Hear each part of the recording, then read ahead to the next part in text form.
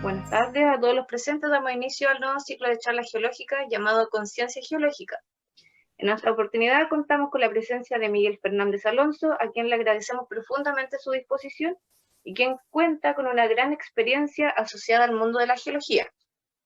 Como jefe de proyectos, dirección general y fundador de DotGIS desde el 2016 a la actualidad, una empresa de análisis geoespacial. Además cumpliendo diferentes roles y participando en todas las áreas de la empresa. Desarrollo de negocio, comercial, gestión y dirección técnica, además de coordinación de proyectos. Es arquitecto de sistemas y consultor GIS en IBM para mantenimiento de plataformas GIS. Director de mina de diamantes en Banancoro, Guinea Conakry, abarcando tareas de coordinación de más de 200 personas en actividades extractivas de un yacimiento tipo placer aluvial. Ejecución de plan de investigación y ubicación de yacimiento kimberlítico. Técnico de proyectos del área de riesgos naturales en Instituto de Recursos Naturales y Ordenación del Territorio de la Universidad de Oviedo, INDUROT, cumpliendo funciones de operador de cartografía, analista funcional, desarrollador de GIS y analista de riesgos naturales mediante técnicas de geomática y teledetección. Además de una experiencia como docente, como profesor adjunto de la Universidad Camilo José Cela, España, en el Departamento de Arquitectura y Tecnología. Profesor colaborador de la Escuela de Organización Industrial de Madrid, España. Profesor colaborador de la Escuela de Empresarios EDEM de Valencia, España. Hoy nos presentará el tema de sistemas de información geográfica en geología. Gracias, profesor. Gracias. Bueno, pues bienvenidos todos a la charla. La verdad es que tenía muchas ganas de hacer esta charla con vosotros. Estuve en Chile de visita el año pasado con un amigo y la verdad es que me habló de poder participar en este tipo de eventos y estaba muy interesado. Bueno, lo primero de todo, yo creo que es presentarme, que me conozcáis, que vamos a pasar ahora un rato todos juntos hablando de lo que realmente me apasiona, de lo que realmente ha llenado mi vida laboral y profesional y bueno, yo creo que lo mejor es que me conozcáis. Yo, como bien decía Angélica en la introducción, soy director general, soy CEO en DotGIS, una empresa que he fundado yo mismo.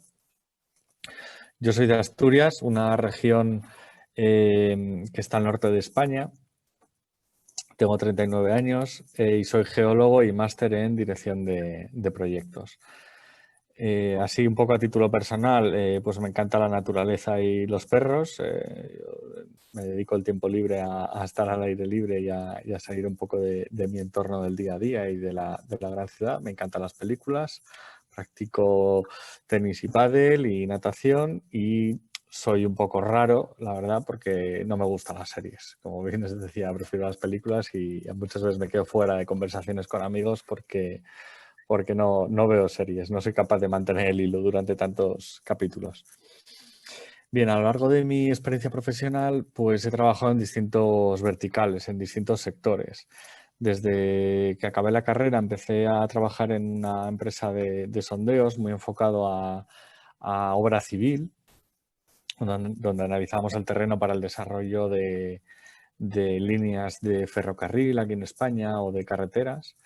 Luego di un salto trabajando con un enfoque mucho más de ordenación del territorio, donde analizaba y estudiaba riesgos naturales, riesgos sobre todo asociados a inundaciones, tanto fluviales o asociadas a ríos como a costeras, analizando también erosión costera. Después di un salto a la minería, una experiencia trabajando en una mina de diamantes en África, donde se explotaban diamantes en yacimientos aluviales y hacíamos también investigación en yacimientos kimberlíticos. Y finalmente me pasé al sector forestal, también muy fuerte en Chile y en España, donde hay muchas relaciones y donde gestionábamos pues la explotación de bosques fundamentalmente para biocombustibles, para energías limpias. Un poco el hilo conductor de tanta variedad de sectores y de tantos verticales tan diferentes fue el uso de tecnología para todos esos sectores. el uso de los sistemas de información geográfica y de plataformas, desarrollo de plataformas donde en todas estas tareas se facilitaba el análisis de información y el trabajo con los datos de una forma, bueno, haciéndolo mucho más accesible. La experiencia que más me marcó fue trabajando en ordenación del territorio, donde en el instituto universitario en el que estaba, pues trabajábamos todo a partir, el punto de partida era la realización de una cartografía. Y yo con mi formación en geología y mi experiencia previa, pues bueno, aportaba mi granito de arena. Hasta que me lancé, bueno, estaba trabajando, pues como os digo, en el sector forestal, dentro de una compañía de informática como es IBM, de tecnología puntera, y me lancé a crear mi propia empresa. Y en mi empresa lo que hacemos es, pues, aplicar estos sistemas de información geográfica y estos modelos de datos geográficos, los aplicamos a multitud de sectores. Banca, seguros, ¿qué más? Real estate, retail también, donde la gente quiere analizar sus negocios y qué ocurre con ellos en base a la ubicación. Y es un poco donde viene mi interés también de divulgar el uso de esta tecnología pues, en distintos cambios, en distintos campos. Y como no, pues en la geología, que al final es de donde yo salgo y la formación que yo tengo. Bien, repaso un poco lo que vamos a ver hoy. Dividí la clase en dos bloques principales. El primero de introducción, donde os hago una descripción rápida de qué son los sistemas de información geográficas, qué implica también la visualización en mapas y qué herramientas nos aporta el uso de mapas.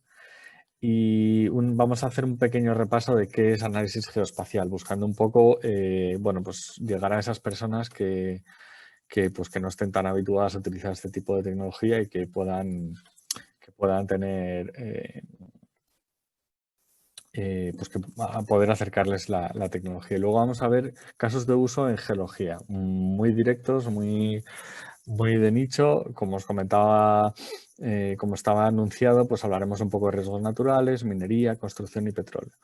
Voy a ir bastante rápido, haciendo hincapié especial en algunos puntos concretos y que sí que me parece interesante destacar, porque luego al final me gustaría haceros una práctica en directo donde veamos el uso de estos mapas en tiempo real y que lo veáis lo más práctico posible y que pueda pues abriros la mente para que lo pongáis en práctica en vuestros proyectos o en vuestra vida laboral o bueno, a título personal.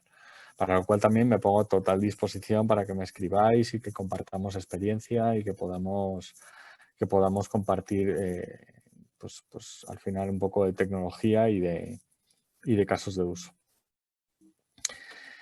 Bien, hablando de qué son los sistemas de información geográfica o los conocidos como GIS, los Geographic Information Systems, en España y en algunos países de habla hispana, pues también los llamamos SIG.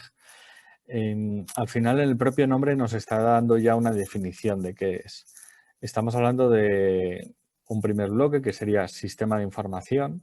Esto implica que hay una base de datos detrás como almacenamiento de información, como sistema de almacenamiento de información, y que lo que nos permite es analizar esa información, exprimir el valor de esa información mediante procesos matemáticos. Es como si tuviéramos la información en un Excel que todo el mundo sabemos manejar y que podemos realizar o ejecutar una serie de fórmulas contra ella. Bueno, pues esta es una parte bastante importante porque es la que nos permite digitalizar y abordar todos estos problemas de manera escalable. Y la coletilla, el apellido, que le da el punto diferenciador es que es una base de datos o un sistema de información geográfica. La información siempre tiene una referencia en cuanto a la ubicación. Y esto lo que nos permite es extender las capacidades normales de la estadística, las capacidades habituales de la estadística a un análisis geoespacial que luego vamos a ver. Bien, aplicados estos sistemas de información geográfica a los negocios en general, pues es lo que últimamente se está llamando como Location Intelligence. Estamos hablando de mapas inteligentes, estamos hablando de transformación digital, de digitalización, etcétera, etcétera. Y lo que nos permite toda esta transformación es que a día de hoy seamos o sea una tecnología integradora de otros sistemas y que se acceda a la información de una forma mucho más fácil, lo que llamamos como democratización del acceso a la información. Y aquí los sistemas de información geográfica son importantísimos porque todo el mundo sabe manejar un mapa, todo el mundo maneja Google Maps y al final estamos llevando un problema complejo a algo muy sencillo. Os voy a hacer una breve introducción de dónde vienen los sistemas de información geográfica, porque parece como algo, hay algunas personas que lo ven como algo muy antiguo, el uso de mapas, y es que realmente es muy antiguo. Los primeros desarrolladores de los mapas fueron los navegantes previamente a la Edad Media, ¿no? Mediante la representación de información en los mapas consiguieron reducir mucho los tiempos de viajes y favorecer un comercio. Este es un claro ejemplo en el que los mapas ya favorecen un desarrollo comercial, un desarrollo económico en un momento concreto. No obstante, los primeros usos de la representación cartográfica como tal parten de las culturas egipcias. Sabéis que, bueno, ellos registraban sobre un mapa hasta dónde llegaban las inundaciones del río Nilo en cada año. Con ello identificaban las parcelas que eran más ricas en nutrientes y ordenaban las ciudades en función de hasta dónde llegaba el río cada año. De forma que las zonas próximas al río las dedicaban a agricultura y las zonas altas las dedicaban a edificación, a los asentamientos donde ellos vivían. Eso lo que hace es, pues a día de hoy, que veamos desde satélite una concentración de la actividad en el río Nilo y una ordenación del espacio mucho más coherente que en otros sitios. El primer GIS como tal que se recuerda o que es considerado como el primer GIS es el cómo solucionó un doctor un brote de cólera en Londres en el año 1854. Pues igual que los problemas que estamos teniendo con el COVID actualmente, en aquella época hubo un brote de cólera donde hubo muchísimos muertos en un barrio de Londres concreto. Lo que hizo este médico fue localizar en un mapa, que veis en pantalla, localizar en un mapa con puntos donde había casos de cólera y donde había habido muertos de cólera. Y con las X registraba dónde estaban las fuentes de agua de donde bebía esa población. No tenía muy claro, no se estaba muy seguro todavía de si la cólera estaba asociada al consumo de agua contaminada. Sin embargo, encontraron una correlación perfecta entre los casos que estaban alrededor de una fuente concreta. En el momento que cortaron el acceso a esa fuente, se cortó el brote de cólera. Y es un poco considerado el primer GIS. Si tuviéramos un aspecto de un mapa digital actual, pues tendría algo parecido a esto, ¿no? Con una concentración de puntos alrededor de la fuente donde era el origen de esa enfermedad. Y ya no es hasta los años 60 cuando se empiezan los procesos de digitalización. Hay tres figuras fundamentales. Por un lado está Roger Tomlinson, que desarrolló el GIS de Canadá y sienta las bases de los sistemas de información geográfica open source o de software libre, de uso libre. Y Jack y Laura Dangermond en California, que establecen y crean la empresa Esri. Trabajaron muy en paralelo y consiguieron digitalizar o crear o representar en elementos discretos de un mapa elementos de la realidad, con lo cual empezaba a poder tratarse esos datos de una forma computerizada. Es cuando empiezan también los sistemas AutoCAD para representación y dibujo de mapas. 20 años más tarde, en los años 80, el GIS empieza a implantarse se empieza a utilizar como herramienta analítica, más bien asociado a grandes empresas o a grandes gobiernos que tenían la capacidad de implantar este tipo de tecnologías y de adaptarse a este tipo de tecnologías. Pero, bueno, se empiezan a desarrollar en base a esos sistemas de los años 60 sistemas de algoritmia que podían cruzar información en base a la ubicación. Estamos viendo interfaces de usuario pues, más anticuadas, pero muy en la línea de lo que se veía en los años 80 y 90. Y esto lo que permite es pues, tener inventarios de información accesibles con muchísimas capas de información, etcétera, etcétera. Ya en los 90 empieza a extenderse el uso de mapas y el uso de los sistemas de información geográfica en los sistemas corporativos. Este es un ejemplo del GIS que tiene Correos, la empresa postal aquí en España, donde conseguían optimizar las rutas de los carteros pues a base de medir distancias, medir tiempos de viaje y de optimizar las combinaciones de puntos para hacer los recorridos. Es ya pues en los años 2000 cuando aparece el uso de Internet, el uso de los dispositivos móviles y la migración de todos los sistemas a la nube. Bueno, seguimos viviendo ese boom o esa explosión de tecnología por todos lados con el desarrollo de startups que utilizan tecnología aplicada a negocios, ¿no?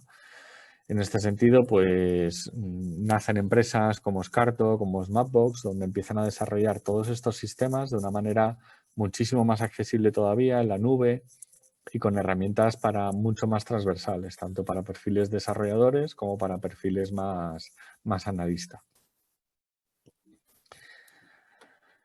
Y bueno, pues también esto se asocia a la era de la información, a la llamada era de la información, donde se desarrollan muchísimos sistemas para la recopilación de información y mucha de ella geolocalizada.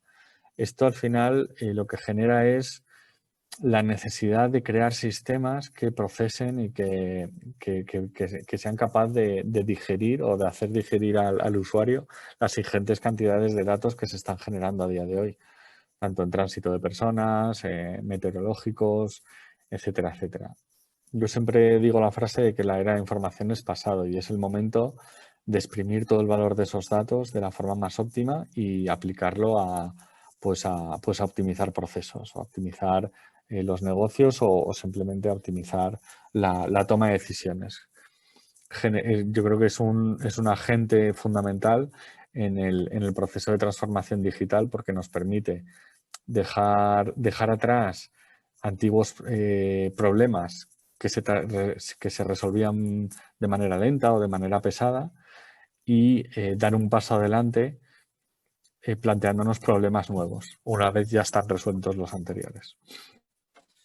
Al final, el GIS o los sistemas de información geográfica se están convirtiendo a día de hoy en agentes de transformación digital a todos los niveles.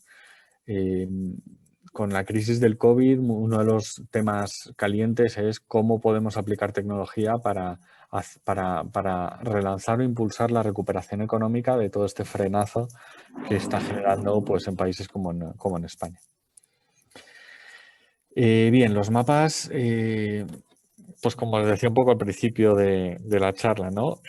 Los mapas muchas veces la gente los ve como mera visualización. Hay un punto más y es el punto de la capacidad de análisis, que seamos capaces de cruzar información y de generar nuevo conocimiento.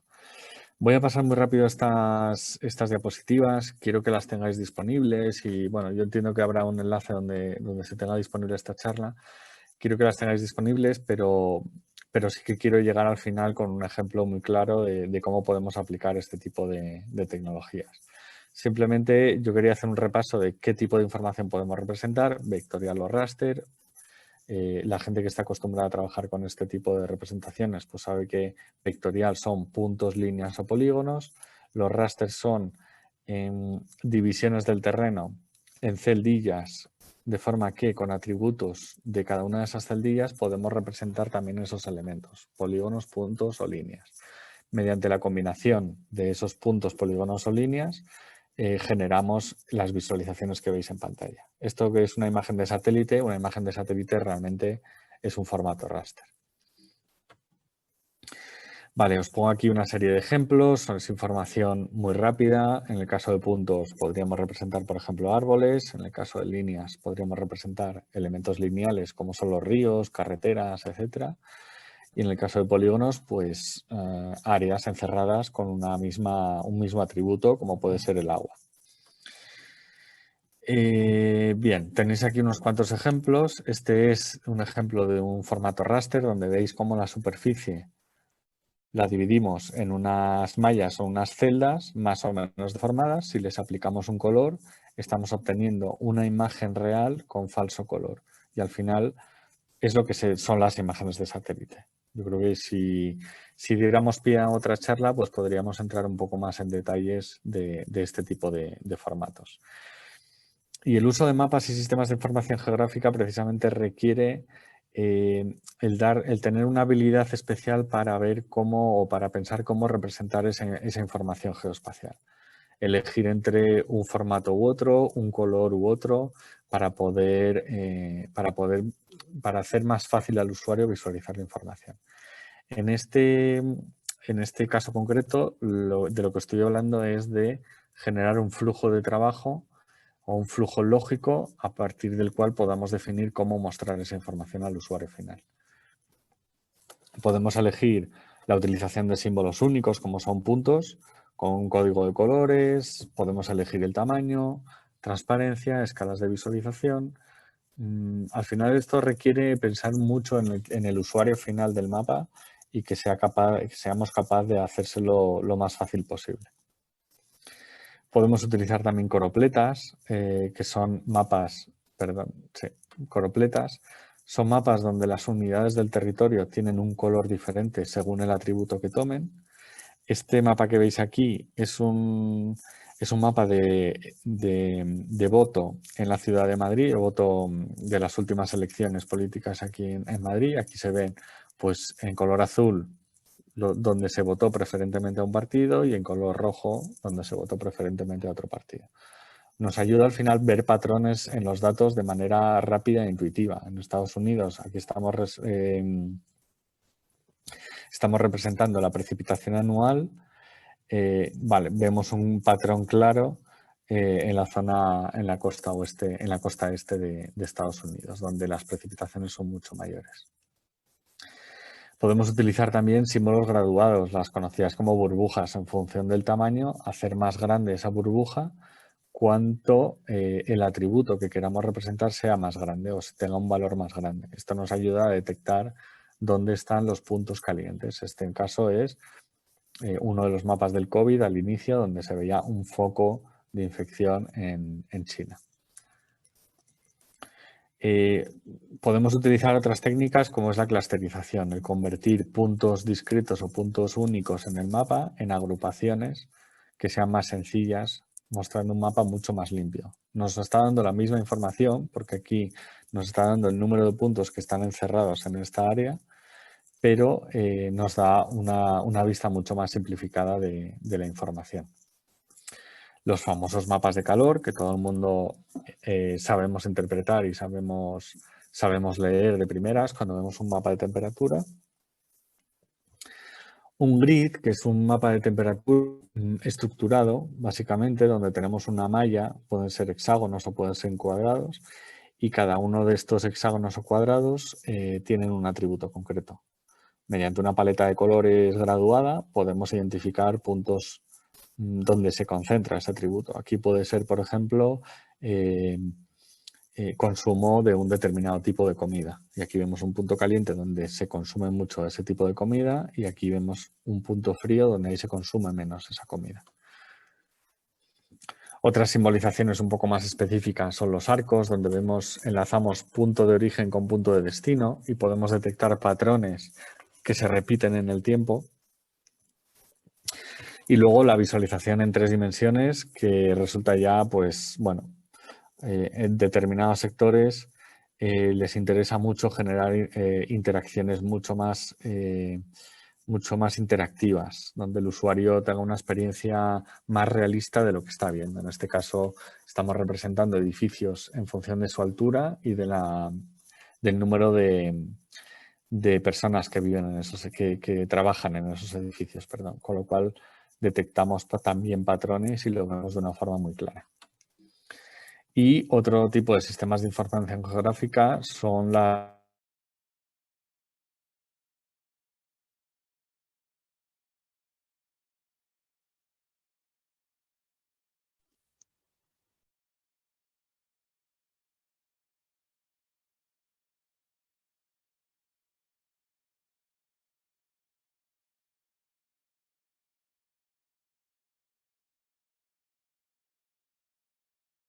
Finalmente, meto en el pop-up es un recurso que utilizamos para concentrar la información. Cada uno de esos elementos discretos del mapa podemos incluirla dentro de un pop-up de forma que a partir de información muy sencilla, una vez queremos más detalles, ya nos da una información mucho más de detalle, mucho más compleja. En este bloque quería hablaros también muy rápido de lo que entendemos por análisis geo. Es esa capacidad extra que nos da los sistemas de información geográfica a la mera visualización. Es importante resaltarlo porque es donde surge ahora muchísimo trabajo, muchas oportunidades de trabajo y de negocio en el campo del data science o en el desarrollo de perfiles data scientist, donde se trata precisamente de detectar patrones en los datos, donde entender relaciones entre la información y relaciones entre los eventos que estamos analizando. El primer análisis geo, que es el más intuitivo y que yo creo que lo tenemos todos metido en la cabeza, es el análisis por superposición, el enriquecimiento. Al final es un concepto que utilizan mucho en programas de diseño como Photoshop o trabajo de imágenes. Y es la superposición de capas. Una imagen es el resultado de la superposición de capas, de forma que podemos tener de manera discreta capas temáticas y todas ellas en conjunto nos dan una información mucho más completa. De la misma manera, si yo puedo identificar en cada una de esas capas un punto, el sistema me puede devolver información detallada de cada una de esas capas para ese punto en concreto. Esto nos da al final herramientas y una flexibilidad a la hora de entender la información que nos ayuda a extender las capacidades. Perdonad porque estoy aquí. Vale. Otro tipo de análisis por superposición es el que os hablaba antes de la agregación, la clusterización de puntos, la agrupación de puntos en un único punto, en una única representación, donde se vea la información de forma mucho más fácil, mucho más ágil. La fusión de capas, aquí estamos viendo cómo de un mapa que está representado por códigos postales en España, lo podemos transformar agregándolo por proximidad en una capa por provincias, por una relación administrativa. Al final estamos agregando información para simplificar la vista, porque la misma información que nos da aquí, nos la da aquí, pero de forma mucho más fácil de entender. Análisis por proximidad o áreas de influencia, que es lo que llamamos buffer corrientemente, que se trata de, a partir de un punto o un elemento en el espacio, que nos dibuje o nos represente un área homogénea, como es aquí, que es el buffer, alrededor de ese punto, según X metros. Esto lo que nos genera nos puede detectar zonas blancas o zonas aisladas a un determinado atributo. Por ejemplo, si estos son puntos de venta y yo sé que mi cliente está en 500 metros a la redonda, el siguiente punto de venta que yo puedo añadir puede ser oeste, oeste, oeste. Y puedo modelizar qué puede estar pasando si yo abro un punto de venta, si va a haber canibalización, que se llama, entre los puntos de venta.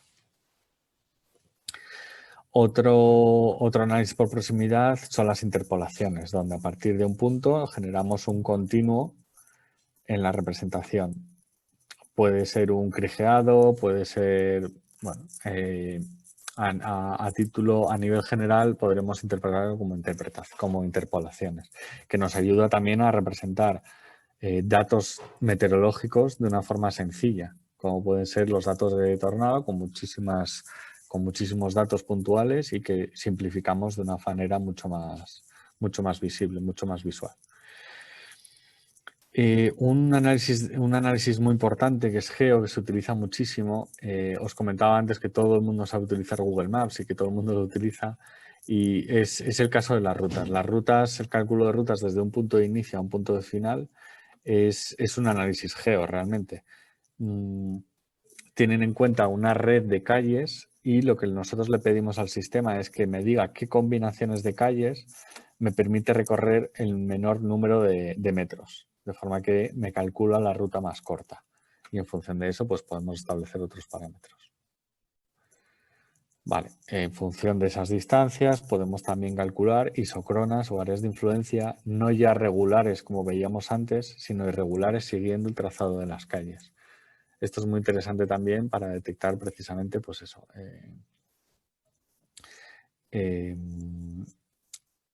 puntos de venta, predicción de puntos de venta o proyección de ventas por zonas. Otro análisis de redes es la hidrografía, el análisis hidrológico, muy utilizado en geología. Al final, en una cuenca como esta, el flujo de escorrentía superficial se realiza a través de los ríos o de los arroyos. No deja de ser una representación de cursos de agua lineales, son elementos lineales que se relacionan espacialmente porque pueden estar en contacto entre ellos, y lo que hace el sistema de información geográfica es dime la relación que hay entre ellos y yo te digo cuál es el siguiente río que va a atravesar la gota de agua. Con ello lo que podemos identificar son zonas donde desaguan, donde evacúan todas las aguas en esta zona de cuenca. Y por último, el análisis 3D, que lo voy a simplificar, voy a poneros dos ejemplos muy rápidos. El primero es el cálculo de radiación solar en azoteas, por ejemplo, o radiación solar en general. Lo que se genera es, a partir de una cartografía en 2 dimensiones, se levantan las ciudades en 3 dimensiones y se modeliza el número de horas de paso del sol, identificándonos en colores amarillos o naranjas cuáles son las zonas que están recibiendo más energía, cuáles son las zonas que están recibiendo más radiación. Esto al final es una modelización generada en un sistema de información geográfica gracias a esa representación en mapas. Y la última de la que os quiero hablar es la cuenca visual, el cálculo de la cuenca visual. Desde este punto me está señalando en rojo aquellos tramos que no son visibles por la presencia de elementos en el medio. Al final esto es una modelización de los espacios urbanos o espacios naturales que nos diga esa cuenca visual.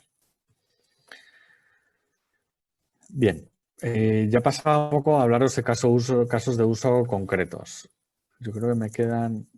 Vale, vamos bien de tiempo. Yo creo que me va a dar tiempo a hacer los 2 ejemplos que quería haceros, así que vamos pasando también esto. El primer caso de uso del que os quería hablar, muy de aplicación en geología, es la de riesgos naturales. Al final, esta tecnología se desarrolla mucho en los años 80, como os decía, ligada al comienzo de la ordenación del territorio y especialmente en lo que se refiere a riesgos naturales. Tenéis una imagen arriba del mapa de riesgo del volcán Villarrica, en la zona de Pucón, donde se ve con distinto código de colores las zonas que están más en riesgo o en menos riesgo, por probabilidad de sufrir una colada. Y abajo a la izquierda tenéis un mapa de inundaciones. Al final, los gestores o la administración o incluso las empresas de seguros necesitan saber cuáles son las zonas más en riesgo para tomar decisiones en base a ello. Y los mapas y la representación en mapas es fundamental, tanto para el análisis de riesgo en sí como para la planificación urbana, para detectar cuáles son las zonas donde es más recomendable hacer crecer las ciudades, el diseño de soluciones para evitar ese riesgo, para mitigar ese riesgo y la gestión de alertas. Como os digo, yo estuve trabajando 7 años en la universidad donde dábamos servicio al gobierno de España en esta materia. Y al final era un trabajo muy gratificante porque realmente se veía que planificaban obras de construcción en ríos como muros o escolleras o otro tipo de medidas.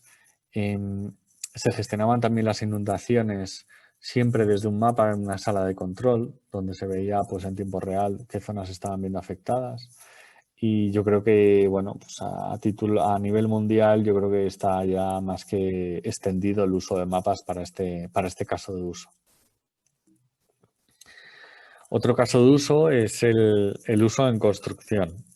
El uso en construcción, el mercado de la construcción, que es enorme a nivel mundial, pues ha sufrido un gran desarrollo, aunque con poca aplicación o con escasa aplicación de tecnologías. Este tipo de soluciones lo que nos dan son visibilidad en tiempo real de lo que está ocurriendo en la obra, con lo que nos permite hacer un geodiseño, que llamamos un diseño de alternativas de esas obras, pudiendo anticiparnos a esa obra, qué es lo que va a aportar en cada caso. Un tracking en tiempo real de dónde están los camiones, recogiendo tierra, depositando tierra, validando esas operaciones de movimientos de tierras en tiempo real. Podemos generar también entornos de realidad virtual donde podamos anticiparnos a determinados cambios que se producen en obra, qué es lo que implican a nivel general, y la realización de cubicaciones. Veis arriba el ejemplo de, bueno, es una cantera a cielo abierto. Pues es importante el estar cubicando mediante imágenes de dron, imagen de satélite, incluso en tiempo real, validando todas las operaciones que se están haciendo.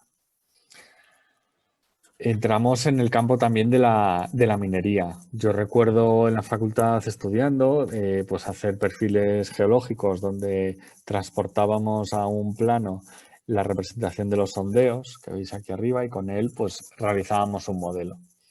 Pues ya hay componentes de sistemas de información geográfica donde ya podemos representar esos volúmenes en 3 dimensiones y podemos interactuar con ellos, tomar medidas, realizar cubicaciones de una forma mucho más óptima. Al final, yo creo que estos sistemas son de aplicación en todas las fases de un estudio minero, desde la gestión propia de los permisos con la elaboración de un catastro minero, a la prospección, investigación, exploración y explotación, para optimizar y modelizar constantemente qué es lo que nos estamos encontrando en cada momento, ir depurando esos modelos, ir refinándolos y poder ir ajustando la propia explotación en cada caso. Y luego también la comercialización, la búsqueda de mercados y el análisis de qué implica cada uno de los mercados en términos espaciales puede ser un tema interesante, ¿no? El valorar coste-oportunidad de llevar determinado material a determinado sitio, o incluso en la gestión de residuos, que también es un aspecto económico importante. Bueno, pues aquí veis un modelo en 3 dimensiones en un entorno de ArcGIS. Podemos crear también pues simulaciones de este tipo en base a unidades uniformes del terreno. Podemos hacer correlaciones también a día de hoy con estas herramientas entre imágenes en 2D y 3D, combinando imágenes de satélite con imágenes térmicas o imágenes de radar e ir trabajando esos modelos de forma mucho más precisa. Al final, estos sistemas lo que generan son facilidad de acceso a la información. Y un caso específico de este último caso de minería, pues es la prospección de petróleo, con un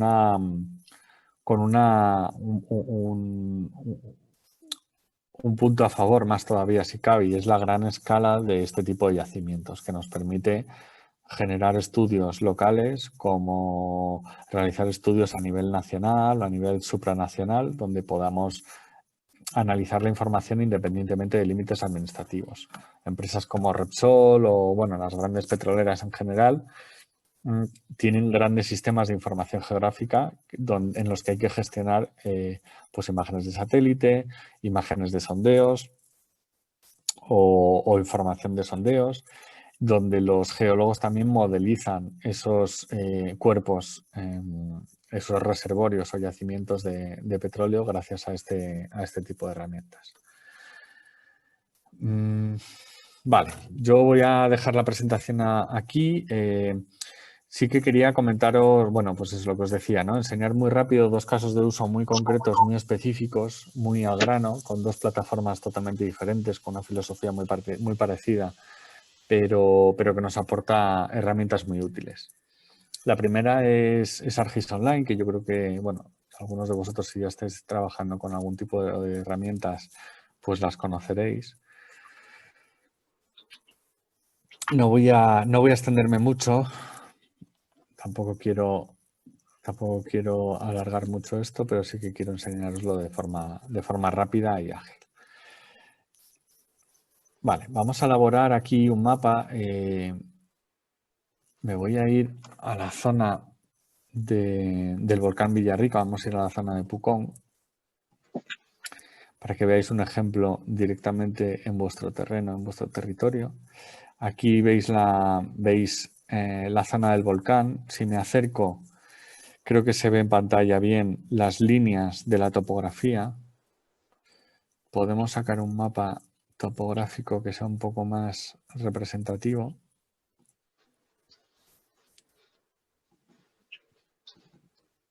Vale, aquí es donde estamos trabajando, aquí es donde va a ser nuestra zona de trabajo. Lo que voy a crear es un análisis de puntos donde puede producirse una erupción. Vamos a utilizar este que yo creo que es más gráfico. Vale. Y vamos a modelizar, ya tengo una capa aquí preparada.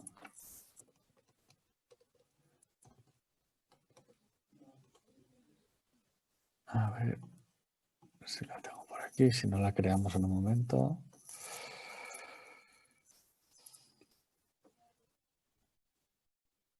Vale, voy a crearla entonces ahora.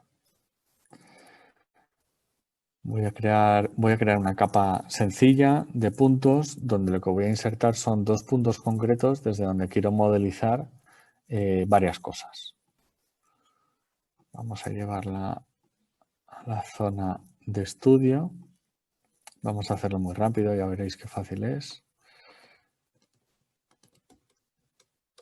Vamos a centrarnos en el volcán Villarrica. Vamos a centrarnos en Pucón. Vale, hecho. La plataforma, estoy trabajando siempre en un entorno cloud donde no necesito ni instalar herramientas, ni necesito no necesito licencias especiales más allá del propio acceso a la herramienta web. Está muy adaptado también al uso multiusuario, donde podamos compartir información y donde podamos colaborar en la elaboración de un mapa. Y básicamente, vale, a mí me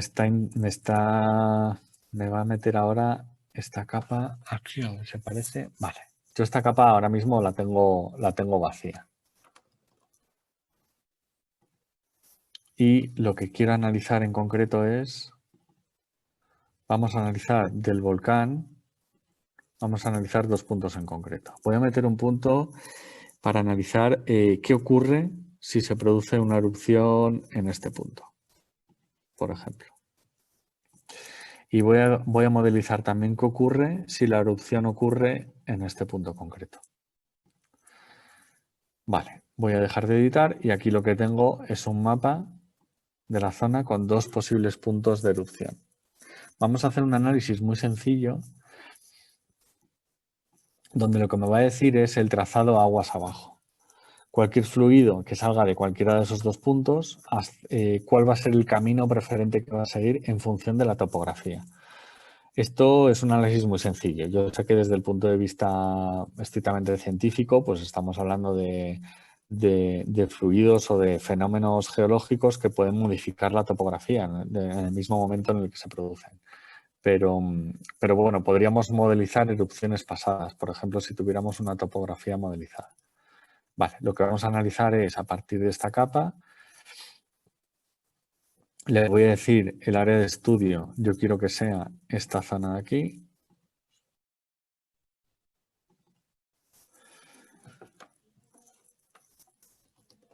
Voy a llamar a capa erupciones Villarrica. Ok. Y le voy a decir que me ejecute el análisis directamente. El sistema ahora está buscando a partir de esos 2 puntos qué trazado seguiría un fluido que saliera de esos 2 puntos, de forma que pueda obtener una aproximación de cuáles son las zonas más vulnerables frente a una erupción o bien frente a cualquier otro fenómeno que implique un fluido. Vale, está realizando el análisis, tarda un poquito.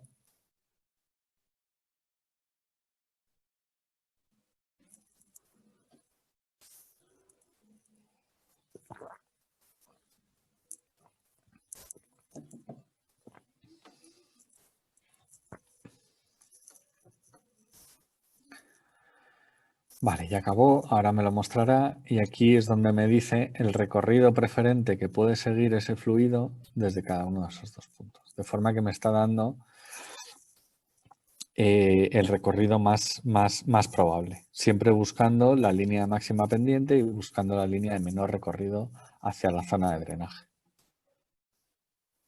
El problema inverso de este problema o de este análisis sería el calcular la cuenca de drenaje de un punto hacia aguas arriba, de forma que sepamos identificar desde dónde me va a venir el agua en cada punto. Este se utiliza mucho en agua, por ejemplo, en el análisis de inundaciones o en el análisis de hidrológicos, que es el de crear las cuencas hidrográficas. Entonces, vamos a llamarlo cuencas hidrográficas Villarrica.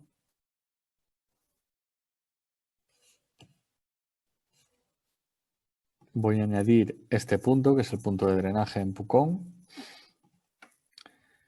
Y voy a ejecutar el análisis. Lo mismo, el sistema está identificando desde ese punto hacia aguas arriba hasta dónde llegaría esa cuenca hidrográfica. Vamos a ver qué resultado nos da.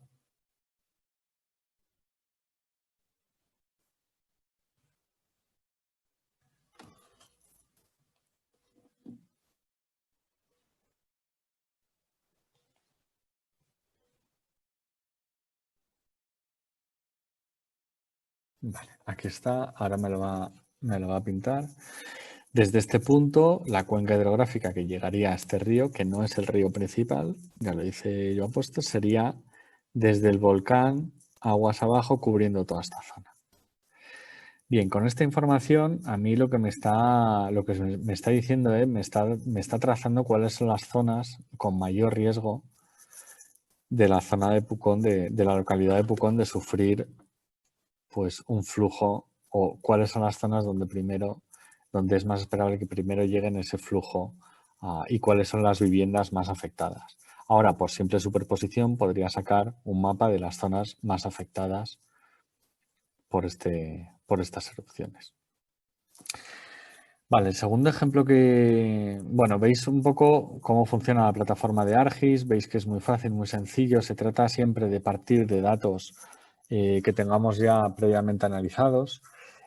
Aquí veis también una correlación entre los depósitos que se pueden ver con foto aérea de las erupciones pasadas, precisamente con la zona más vulnerable o la zona más probable en la que pasen nuevas erupciones. Si visitáis la zona, pues veréis que son zonas más deprimidas, ya se veían en el mapa topográfico, que al final es un análisis fundamental que nosotros desde la geología tenemos que hacer. Veis que es muy fácil analizar, veis que es muy fácil sacar patrones, veis un poco el funcionamiento general. Quiero enseñaros, ya para acabar, otra plataforma muy similar, que es Carto, con un dataset que tengo de información de los terremotos en la costa de California. Tengo aquí descargado el dataset, que os voy a enseñar la estructura. Es un CSV, se puede abrir con el Excel. Es muy fácil de interpretar y de trabajar con él. Voy a abrirlo para que veáis un poco la estructura que tiene este tipo de datos, que es súper sencilla, muy sencilla. Vale, pues aquí tenemos en la cabecera qué significa cada uno de los datos. Tenemos antes en la primera coma el tiempo, luego tenemos latitud, longitud, la profundidad del terremoto, la magnitud del terremoto, un factor que llaman tipo de magnitud. Si vamos a buscar, sería este MX, máximo, mínimo, medio. Las estaciones que han capturado ese terremoto, el gap entre el origen del terremoto y que llega a la superficie, la distancia y otros factores, el RMS, la fuente y el evento. Entonces, como veis, cada una de estas filas representa un terremoto concreto. Vamos a verlo. Veis que esta forma de trabajar con estos datos, pues al final es incómoda. Necesitamos conocimientos pues, en informática para poder trabajar este dato y para poder analizar este dato. Voy a cerrarlo y ahora vamos a ver ese mismo conjunto de datos en un entorno de mapa para que veáis cuánto nos abre la vista a todo este tipo de información. Esta es la plataforma de Carto, tampoco quiero meterme mucho en su funcionamiento, pero me podéis preguntar sin ningún tipo de problema. Voy a cargar de mi escritorio el conjunto de datos que ya está preparado en CSV. ¿Vale? Está procesando ahora todos esos datos, está identificando la estructura, está identificando el sistema de coordenadas, está identificando qué tipo de dato está leyendo y está traduciéndolo a la propia plataforma de mapa, transformándolo en puntos, está identificando si hay algún tipo de dato que le impida leer toda esta información. Vale, está todo identificado, está importando la información, como veis ahí abajo a la izquierda.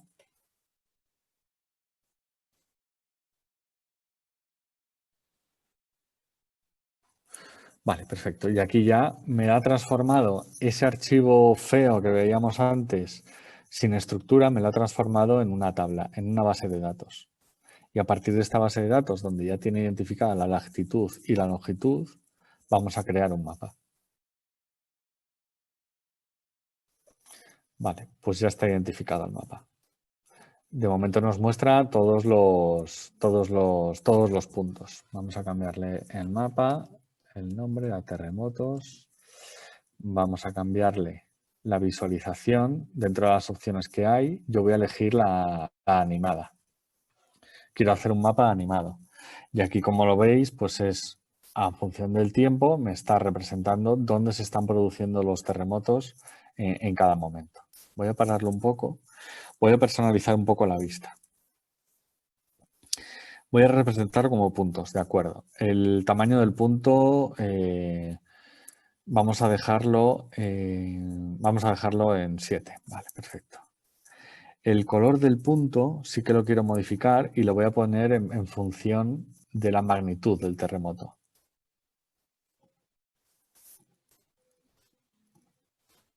Vamos a diferenciar los terremotos que son de ese tipo máximo a los terremotos que son de tipo mínimo. Entonces voy a elegir una paleta de colores que puede ser esta.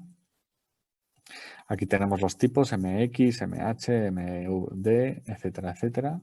Ok. Vamos a quitarle el borde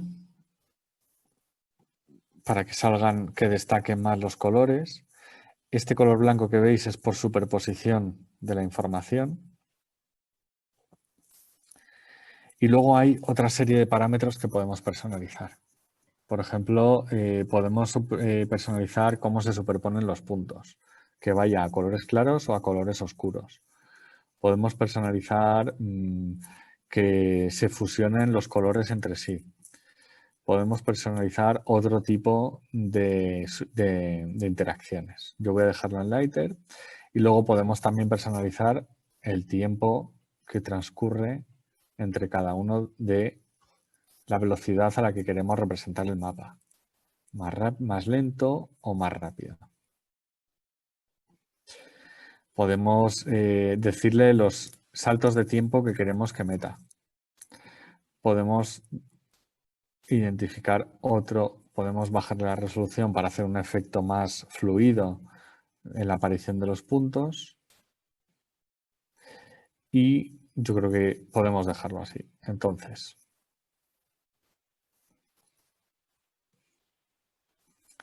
esta animación nos está mostrando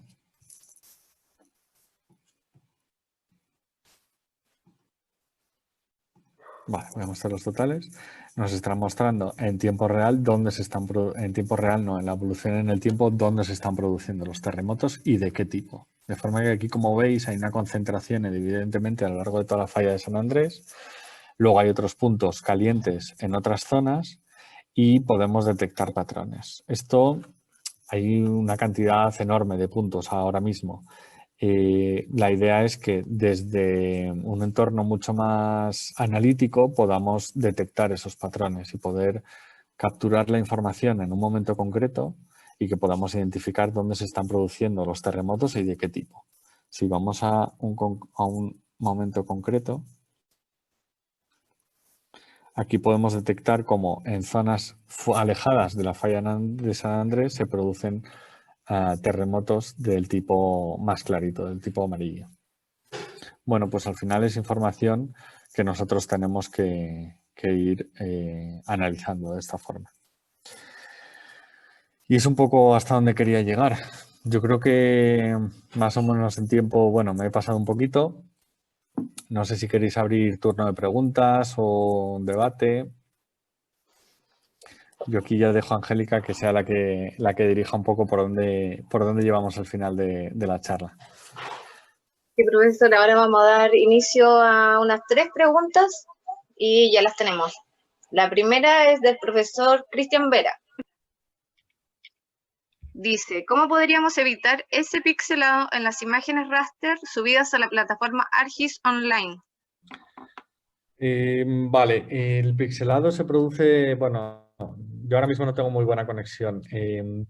Ese pixelado se resuelve con imágenes de satélite de mayor precisión. ArcGIS Online lo que hace es simplificar mucho la vista para que sea más fluido su utilización, para que se mueva mucho más rápido. Entonces, nosotros tendríamos que utilizar imágenes que fueran específicas de nuestro proyecto o que nosotros buscáramos para ese proyecto y tratarlas de manera más precisa. Hay imágenes de satélite que nos dan ese fondo de cartografía de hasta 30 centímetros de precisión, para que os hagáis una idea. Ya. Profesor, vamos a la segunda pregunta. ¿Cómo consigues correr ArcGIS Pro en tu Mac? Existen varias soluciones en la red. ¿Cuál de ellas consideras que es más fiable para no tener errores en el futuro? Bueno, ArcGIS Pro en Mac, yo creo que la única solución es crear una máquina virtual en Windows, configurarla muy bien para que no haya interferencias y trabajar sobre ella sobre Windows. Yo es la única forma que conozco a día de hoy. Ya. Y la tercera pregunta es de Marcelo. ¿Cómo se obtiene el valor de ponderación para cada mapa en el análisis de superposición? Bueno, ese es un trabajo muy específico de cada uno de los proyectos. Dentro de los modelos matemáticos que podemos hacer, necesitamos asignarle un peso a cada uno de los atributos que tengan más influencia en el resultado final. Pongo un ejemplo concreto. Si nosotros queremos calcular un índice de caso de éxito de una venta. Si identificamos que el éxito de esa venta va en función de la edad de mi cliente, el poder adquisitivo de mi cliente y el nivel de estudios de mi cliente, esos 3 factores requiere hacer un modelo matemático que identifique cada uno de los pesos de cada uno de esos factores. Entonces, ese es un servicio muy personalizado, es un problema muy personalizado para cada problema. Puede haber un estándar, pero generalmente requiere una personalización de ello. Ya. Profesor, y vamos a la última pregunta, que es de Carlos Rivera. Dice, actualmente, ¿cuál es la posibilidad de trabajar con estas plataformas online desde un dispositivo móvil y de producir mapas a la par durante terreno? Bueno, las propias plataformas ArcGIS tiene una solución en la que te enlaza, igual que creamos un mapa en ArcGIS Online, te genera otro mapa en paralelo o te da acceso a ese mapa desde un dispositivo móvil, de forma que podemos subir datos desde el dispositivo móvil y que se refleje también en el mapa web o en el acceso web. Entonces, lo que se suele desarrollar es un mapa más adaptado a terreno y un mapa más adaptado a trabajar con él en gabinete. De forma que el de terreno sea mucho más sencillo de utilizar, suele tener menos elementos de interacción, suele tener menos información, tiene exclusivamente la mínima para insertar esa información. Ya, entonces aquí damos por finalizada la parte de preguntas, y las preguntas que queden pendientes las pueden hacer llegar después al Instagram o a través del correo del GEUNAP. La vamos a dejar después escrito. Profesora, ahora vamos a dar inicio a unas palabras de la jefa de carrera, Karen Correa. No sé si está por ahí. Sí, hola, buenas tardes. ¿Cómo están? Primero, bueno, agradecer a Miguel, obviamente, por su participación y su buena disposición. Bastante interesante y práctica la charla. Agradecerle, obviamente, a todos los asistentes, porque es bien importante que se creen estas instancias donde nuestros estudiantes puedan participar, conocer la experiencia de profesionales que han trabajado en diversas áreas que nos pueden contar cómo se usan y se aplican las diferentes herramientas a las diferentes áreas de la geología. Así que, bueno, yo no quiero extenderme tampoco mucho. Lo que quería era principalmente agradecerle a Miguel. No hemos tenido la oportunidad de conocernos, pero un gusto. Y agradecer también, obviamente, al Centro de Alumnos que ha hecho un gran trabajo iniciando este ciclo de charlas que sé que va a continuar y que se ve que va a ser muy bueno, digamos, para todos los estudiantes, no solamente de la sede de Concepción, sino de las otras sedes de la carrera y que obviamente, por lo que veo en el listado de participantes, tenemos asistentes de diversas áreas, no solamente del país y no solamente vinculados al área de geología, y eso es enriquecedor y puede, digamos, ser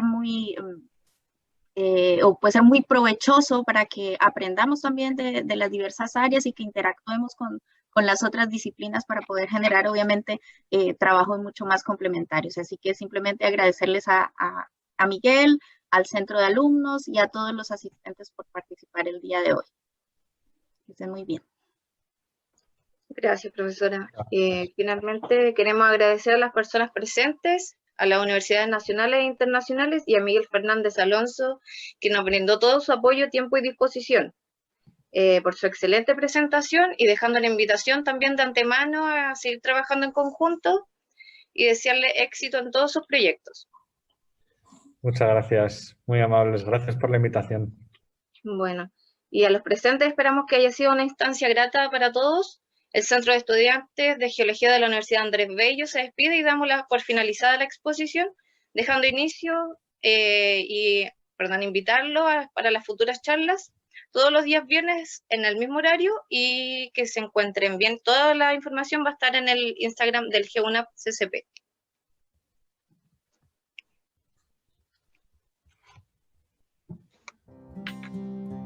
Hasta luego, muchas gracias.